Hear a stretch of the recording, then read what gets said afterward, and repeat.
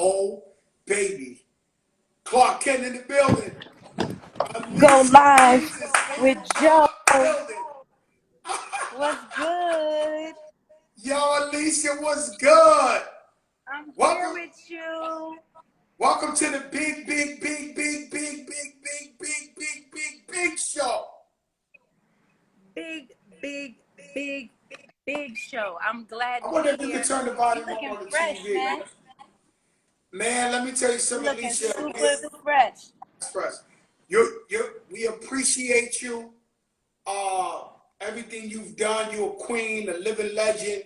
I got so much to talk to you, What? to talk to you about. Wait, where did I go?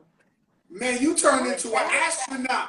Yo, Alicia, what you doing? Like you, Who is that? I don't know. You look like an astronaut right now. That's crazy. Listen, Alicia Keys, not bad for a girl from Hell's Kitchen, New York, right? And your life turned out to be such a major blessing. And tell me about that. Did you ever think you would reach this level of success? Oh my gosh. No, it was all, it was all just a something that I was dreaming on and wanting to be excellent with and practicing and really just working hard for it, and honestly I feel that same way today. That's how I operate. That's how my mentality is. I always feel like there's more to do and places to grow and more I can be. So I never just feel comfortable, or I never just feel you know I always feel hungry and like a student and like I'm learning. So no, I never knew. I was singing in my bathroom, a little girl, hairbrush, mirror. One day people would sing my songs vibe, and I never knew that it would actually be that way. So I definitely consider it a blessing and much, much hard work and more to come. And that's I don't like to skip, but that's crazy that you told me that, because I see you having so much fun as a wife, as a parent. It makes me wonder if you still hungry, if you still got that Alicia Keys desire. Like, when is the new album coming? Like, your real fans were waiting. You're right. You have been waiting, and let me tell you, nobody has been waiting longer than me. So trust me, trust me, So I want it more than what you. does that mean? And that means that the music is so good, and the world got turned upside down, and we all needed to just kind of like take it in and understand what was really happening. And I've been so blessed to be able to share music from this project that I think has been so relevant and so timely. This, And this, you know, and this I'm song, and I'm this song, "A Perfect Way to Die." Now, it's hard for Fat Joe not to cry listening to this song. Is so passionate. It's so beautiful, and my daughter never sees me like that. So I played it today, and I seen her looking, she's the executive producer of the show as of right here. So when she see me like get choked up because it's so powerful. How do you come up with this beautiful lyrics to this song right here? Because if nobody has heard "A Perfect Way to Die," I'm sure they have. This is one of the greatest songs on earth, to be honest with you. How do you come up? oh How my did God. the pen write for itself? Like, how did you come up with this? I mean, the craziest part, first of all, big, big love to Sebastian Cole, who also wrote the song with me. And this song was written at least over a year ago, which is so crazy. Obviously, it was, I mean, even more than that, honestly. Sandra, the second verse is about Sandra Bland, and the first verse is Trayvon Martin and Mike Brown, and it really goes back to referencing all the beautiful lives that we've lost and feeling so much pain for it. And how do you put that into words, and how do you imagine a mother's pain, because it's really from a mother's perspective, getting a phone call that your child has been murdered, and how do you deal with that, how do you live with that, and how do you come to terms with it? So of course there's no perfect way to die. The hook is has so much irony to it because that doesn't even exist, you know. But it's really this empathy and this tragedy that we're experiencing every day, and we're all outraged and sick of it and over it. And so these words, you know, really just, I think, is something we're all feeling. And that's how it came together. It came from these different experiences, but obviously even more recently, it's been more necessary. So, you know, I found that I have to listen to what's happening and follow, you know, from listening. A lot of times we all think that we know what to do and how we want it to go, but sometimes you got to just sit back and listen. And that's what I've been doing along with the music as well. So the whole body is coming so soon now. Trust me. You know, you But say in the I've been loving song, the experience. you know, you say in the song "Forever Young," and a lot of our heroes, even in rap music, say Tupac, Big Pun, Biggie, they died real young, right? Me, I don't like getting old. I'm keeping it a buck with you. I don't like it, and No? no, I don't like. Why? But No, you I want to look be good. forever young. I want to be forever You young. look forever young. Look at you. Hey, You look yeah, yeah, about. I'm lucky. I'm blessed. I'm Joe Crack the dog. Don't do that, they know I talk my shit on here. But let me tell you, A Keys. So you coming from an interracial mother and father, right? And how is that? Have you ever got caught up growing up like in the middle of one of these racial discussions and you had to choose a side? You know, I always, first of all, my mother's like the blackest white woman I ever met. And if you met her, you would understand what I I mean. do understand Um, she got with a black man and made an A Keys. So I do understand. So, you know, but so just being so I never, yeah. go ahead. I just came in, and no disrespect to my family, the Aronses, but I just came from a vacation with some of my best friends on earth, and so they have a black daughter and they have three white kids, two sons and a daughter, and it's weird when the racial conversations come up. I'm just talking about recently, right? Mm. So that's why I thought of asking you that question. So what are your mother's views on what's happening You know, recently? so like to answer that question, because I know what you mean, and we're all having those conversations, and we're all, I think, thinking about things in a much deeper way. Even, you know, me and my family, even my 9-year-old son, you know, we're talking about what's happening. How does it feel? What does it mean? Where did it come from? Where did it stem from? How can we change it? You know what I mean? So we're all having those conversations. So I definitely understand what you mean about sometimes they might feel awkward or they might feel uncomfortable, but I think that's kind of part of it. It has to feel awkward and uncomfortable because we haven't been talking about it enough, and we haven't really been talking about the racial issues that we know exist in America, and the disparities and the inequalities, and it's just real. So it is what it is. So if we can talk about it and honestly admit it and come and figure it out, then we can get somewhere. So I hear you, and I know it's been intense. But for me, I've always seen myself as a black woman. So that's, you know, that's not been confusing for me. But I do know that I have a white mother and a black father, and I'm also have always been able to embrace all of my heritage as well. And I'm grateful that I can relate to many different sides and people, and you know, and really, honestly, it's one race. You know, it's the human race, to be honest. So if we could kind of, you know, get into that, we can get out of all of these stupid superiority bullshits. We would actually, you know, be moving forward. I But I agree. feel you. I know. What did you do? You ran away from the conversation, or did you get They into it, or what did you feel? you know what I'm saying? So it's like, but it's real because these are young kids, and you know, I can sense this is my family. I don't want to put them on blast, but I can sense the Right. tense. You know, my niece, she's black. She's like, you know, Black Lives Matter, and then it's one of them things. So it's like, you know, and I know that's going on with a lot of, like, so say, my brother Steve Rifkin, he has two sons. One is straight looking white. His wife is black. One looks white, straight rock star. The other one is black, right? So now, his son, the white one, wrote on Instagram.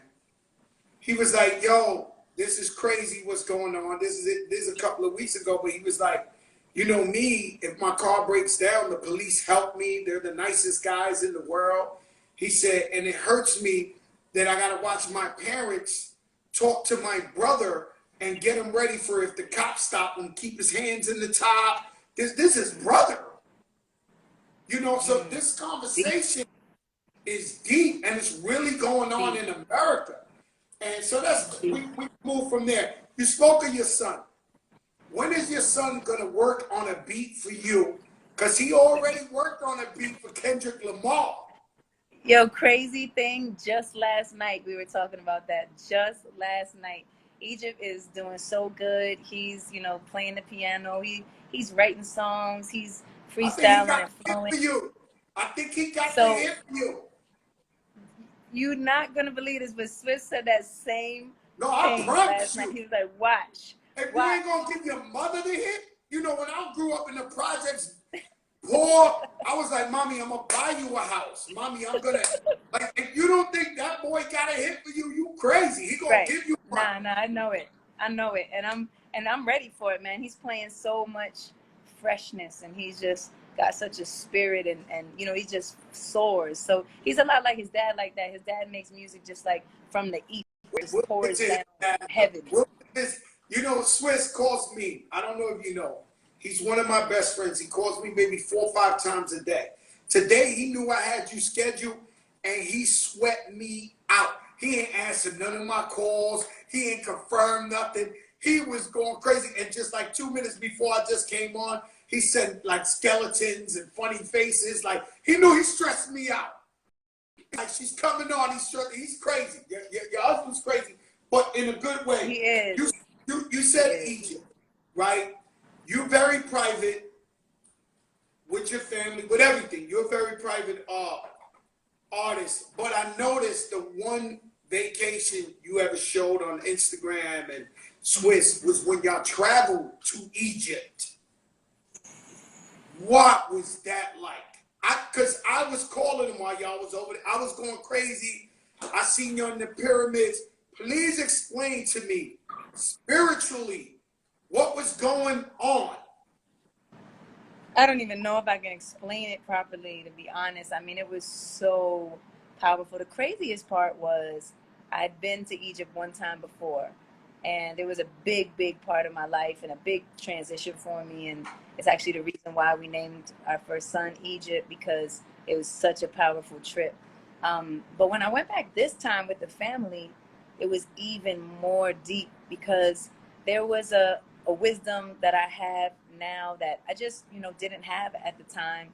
And I was actually really looking at Egypt, which is called Ancient Kemet. Like, the original name is Ancient Kemet. Egypt is actually the name the Greeks gave it when they came originally to learn from the ancient Kemetans. So, you know, and then the Romans also came to learn from the mystical, magical, powerful civilization that really created everything, you know, everything. And obviously even going down the Nile civilization, Uganda, you know, it traveled up the entire Nile civilization. So we experienced it from a non-European slanted perspective of history, which, you know, we all know that much of our history that we get is a European perspective, you know, not. And so it was really powerful to experience ancient Kemet from the original perspective, and it was so powerful and spiritual, and learning about the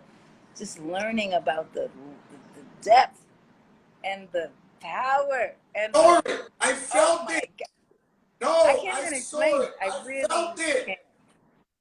See, I know you. I'm such a huge fan, and when I seen you posting, I was like, oh, they're like in a magical zone. They spiritually connected out there. They feeling it. You in pyramids. You learning so much history, and I was like, damn, it looked like the greatest vacation on the planet Earth. It was not even a vacation. It was so funny because, first of all, it was August, and it was like 120 every day. So it was so blazing hot. And he was like, babe, everybody said we crazy to go over there in August. It's too hot. I was like, we going, and we going to learn, and we going to take our kids, and this is powerful, and we got to do it. And sure enough, we were in those pyramids, the sweat that was pouring down. We had to get there at 6 a.m. to even beat the heat. We were up 5 o'clock, and if you know my husband, he do not get up at 5 o'clock. Let me tell you something, Alicia. You don't even wear makeup. So I try to figure out how you're so healthy. What do you do to be in such great? Because we seen you killing John Legend with the 10-pack. Don't think we didn't see the 6-pack? Your shit was like out of control. Where I was in Callan's house, my wife, his wife, all the ladies was like, yo, she got 8-pack right there. What do you do to stay in shape like that? Wow. Thank you so much for your beautiful compliments and all that good love. You know, what I do is, first of all, you know, when I want to wear makeup, I wear makeup. I don't have to not wear makeup. I definitely have chosen to wear less. What's your thing? We going 2 places, but what's your thing about the no makeup? Why you just like one day woke up and you said, I ain't rocking makeup? Nah, I mean, I've talked about that so much. People might like die if they hear about that. I ain't know. Myself included. I ain't but know. I guess you a guy. You might not have heard. I'm not reading through those. I want to know because I've been on a serious diet. I've been interval fasting, which is I only eat twice a day. And I've been working out, no carbs. I've been on my thing. But you look good. Thank you, A-Keys. Thank you very much. Welcome. But what I'm asking you is, what is your regimen? What do you do to stay like this? You know, I definitely have learned to fall in love with water. Water is very helpful. That's for sure. I try to dress it up. I put mint in it. I put strawberries in it. I put lemon in it. I put ice in it. Makes it taste amazing. A lot of that. I definitely love to be, I like to work out. I like how it feels when I feel good and when I feel strong and that type of thing. I do meditation, and that's I believe that's a real reason why I feel good from the inside out, you know. And I think, you know, your physical is a representation of your emotional and your spiritual. So I feel really, really like those are some of the things. And I kind of follow the same way you eat, but I eat more than 2 times a day, definitely. Yeah, the doc got me on some crackhead diet. Tomorrow, he got me fasting the whole day. So tomorrow I don't do nothing but drink water.